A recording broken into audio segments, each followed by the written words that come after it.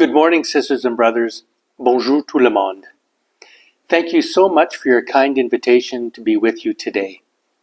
It's a tremendous honor to have the opportunity to bring greetings and messages of solidarity on behalf of the New Democratic Party of Canada to your great union. Winnipeg is a city with a proud legacy of supporting working people, resistance, and agitation. From the 1919 general strike to today's organizing efforts. So I think it's a fitting place for your gathering. As someone who grew up in Edmonton, I've always had a deep respect for people who live in Winnipeg, as I think it's the only city that's colder than Edmonton in February. I had looked very forward to joining you in person this morning and having the chance to meet and speak with many of you personally.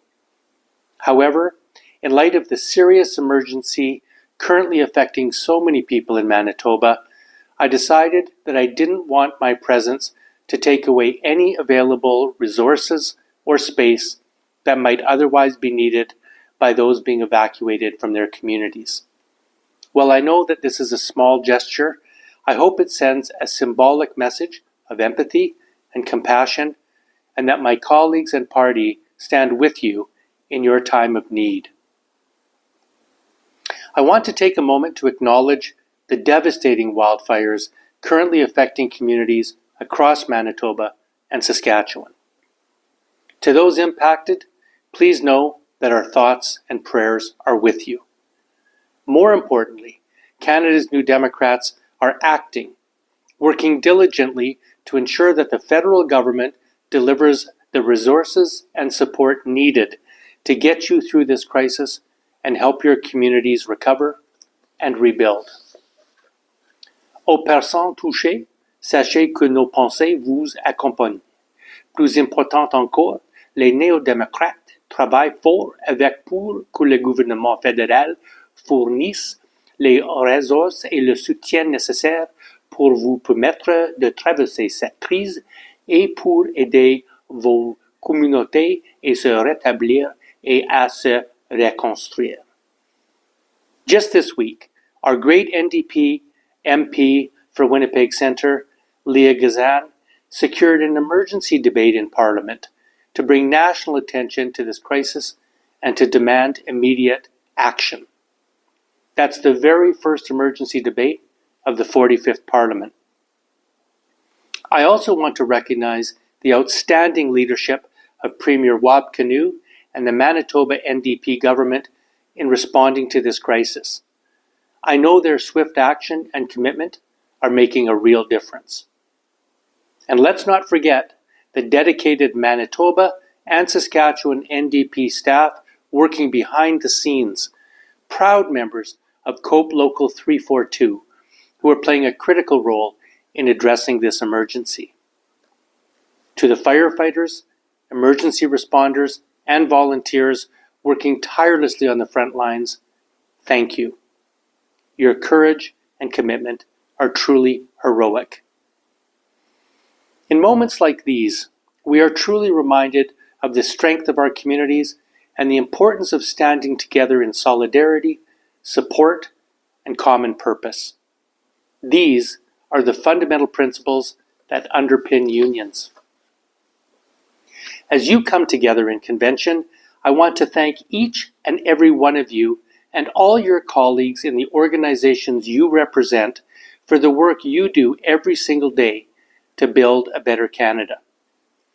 Ces moments nous rappellent vraiment la force de nos communautés et l'importance de la solidarité, de se supporter et de notre projet commun. Ce sont les principes fondamentaux du mouvement syndical. Alors que vous vous réunissez au Congrès, je tiens à remercier chacun d'entre vous et tous vos membres pour le travail que vous accomplissez chaque jour pour bâtir un Canada meilleur. In workplaces all across our nation, performing a diverse range of services with an impressive breadth of skills and talents, you are at the heart of the Canadian economy.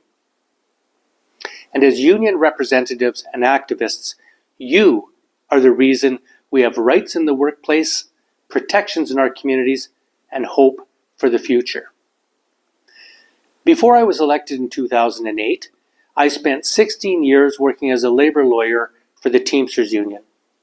Like many of you, I fought for workers at arbitrations, before both provincial and federal labor boards, and at collective bargaining tables. So I know firsthand how critical unions are to the welfare of Canada's working class.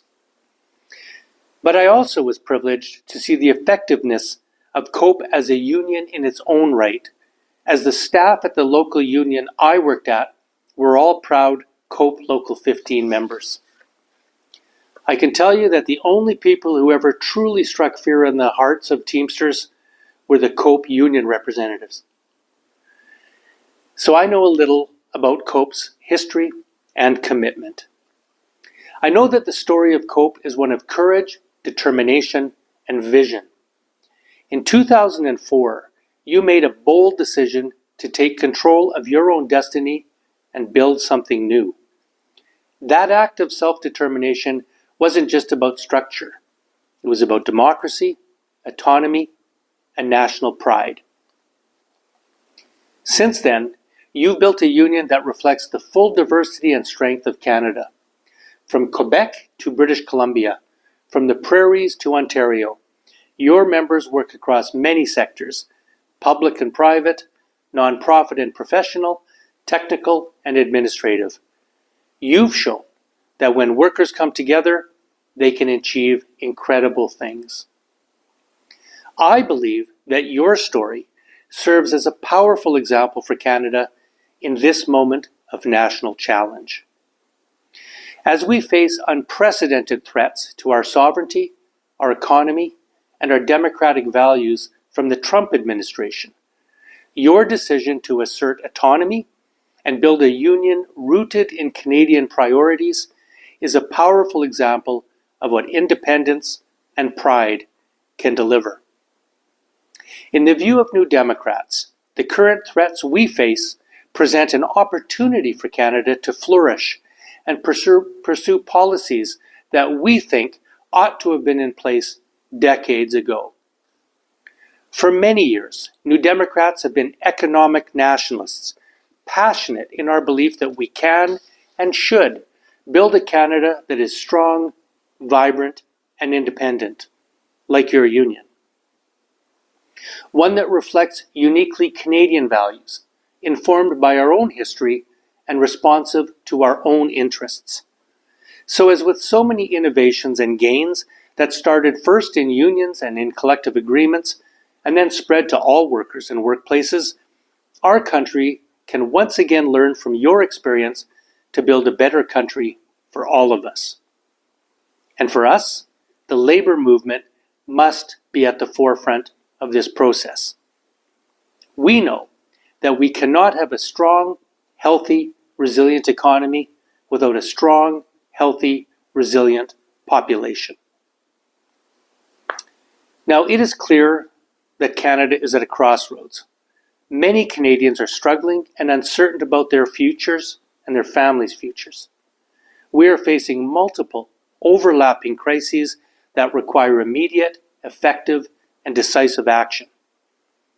Consider some alarming facts. Fully half of Canadians are living paycheck to paycheck. 1 in 4 parents have cut back on their own food consumption to ensure that their children have enough to eat. 80% of Canadians now believe that owning a home in Canada is only for the rich. Tenants are regularly paying over 50% of their income on shelter, which is a crushing and unsustainable burden. Across Canada, workers are under pressure. Right-wing governments, and that includes Liberal governments, are attacking public services, promoting privatization, and undermining collective bargaining rights. At the same time, we're grappling with major forces reshaping our world, from the climate crisis and rapid automation to rising tensions, violent conflict, and deepening global inequality. These are not small problems, but I strongly believe that the labor movement both in Canada and internationally, is key to solving them. Partout au Canada, les travailleurs sont sous pression. Les gouvernements de droite et souvent les gouvernements libéraux s'attaquent aux services publics, encourageant la privatisation et s'attaquent aux négociations collectives. Pendant ce temps, nous sommes aux prises avec des forces majeures qui remodèlent notre monde, qu'il s'agisse de la crise climatique, de l'automatisation rapide, de la montée des tensions, de conflits violents ou de l'aggravation des inégalités dans le monde.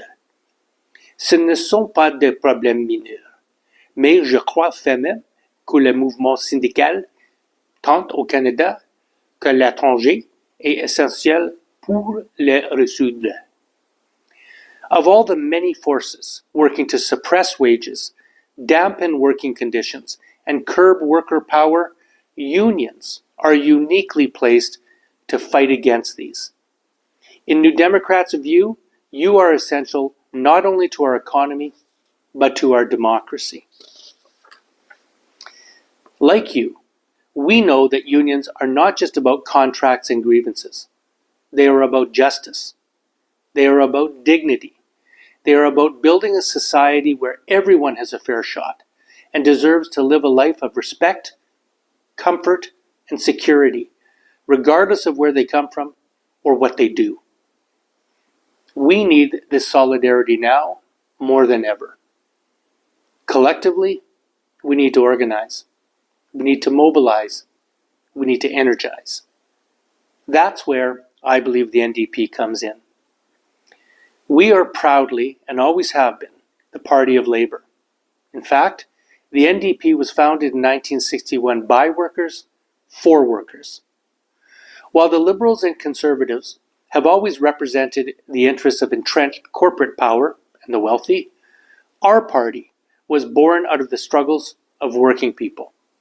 It was fueled by the recognition that working people need and deserve a voice not only in their workplaces, but in their governments. Because you know all too well that left to their own devices, management and owners will act solely in their own interests. And after 17 years in Parliament, I can tell you that their political parties do exactly the same thing in the halls of power. I'm here to tell you that there is a burning desire in our party to rediscover those working class roots and recommit to building a deep connection with working families in every corner of our country as the foundation of our party for the 21st century. As the interim leader of Canada's New Democrats, I and my caucus colleagues and activists all across Canada are committed to meeting workers where they are at, in union meetings, on the job site, on the picket lines, meeting gig workers, private and public sector workers in every industry and occupation, to listen, to learn, to represent. So we can rebuild that partnership that will bring your and your sisters and brothers' voices to Parliament, hopefully one day to govern, so we can deliver the policies and programs that we all know are so desperately needed to produce equity and prosperity in Canada for everyone. And to do that, we need your energy, your voices, and your participation. Think of everything the Labour movement and NDP have been able to achieve by our relentless commitment and effort. Without the NDP and the Labour movement, we wouldn't have universal public health care, employment insurance, the Canada Pension Plan, old age security. We secured women's rights, Indigenous rights, and minority rights in the Charter of Rights and Freedoms. We had the first woman leader, Jewish leader, leader of color, ever to lead a national political party in Canada. We created Petro-Canada. Wouldn't it be nice today if we still had a national, publicly owned energy company? We won historic investments in public transit, cooperative housing, and affordable childcare. And in the last Parliament, we achieved significant breakthroughs, including the biggest expansion of public healthcare in half a century. Through our efforts, together, we secured 10 paid sick days for federally regulated workers, anti-scab legislation to protect the right to strike, public dental care for 9 million Canadians, pharmacare for millions more, starting with coverage for diabetes and contraception medications, a $1 billion national school nutrition program. These victories were achieved through pressure, persistence, and a strong partnership with the labor movement. Yet, despite these hard-won gains, the outcome of the last election was a clear disappointment for the NDP. We must face this reality with honesty and self-reflection, not excuses. But one thing is clear to us even at this early juncture. To move forward, we must fully recommit to our labor roots. We need to be seen, heard, and trusted by workers as their unwavering voice. As NDP leader, I'm committed to doing everything I can to achieve exactly that. And to do so, we need your ideas, your energy, and your collective strength. Together, let's build a movement powered by workers, where people from every sector and background have a voice in shaping a fairer, more just future.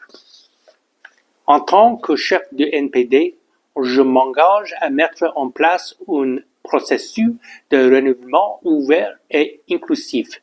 Mais nous ne pouvons pas le faire seuls. Nous avons besoin de vos idées, de votre énergie et de votre force collective. Ensemble, bâtissons un mouvement alimenté par les travailleurs où les gens de tous les secteurs et de tous les milieux sont représentés pour bâtir un avenir plus équitable et plus juste.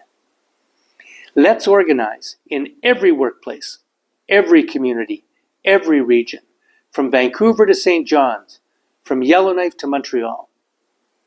Let's make the next federal election a turning point, not just for the NDP, but for the entire labor movement. We know the road ahead won't be easy, but we've been here before. We've faced tough times, and we've always come through because we stand together. Workers remind me every day why our struggle matters. They inspire my belief that politics isn't about power, it's about people. It's about making sure that every child has a future, every worker has a voice, and every community has hope. You've shown what's possible when workers take control of your destiny. So let's keep building. Let's keep fighting. Let's keep moving forward together. I wish you a productive convention and a year ahead full of progress, justice, and victories. Thank you. Merci.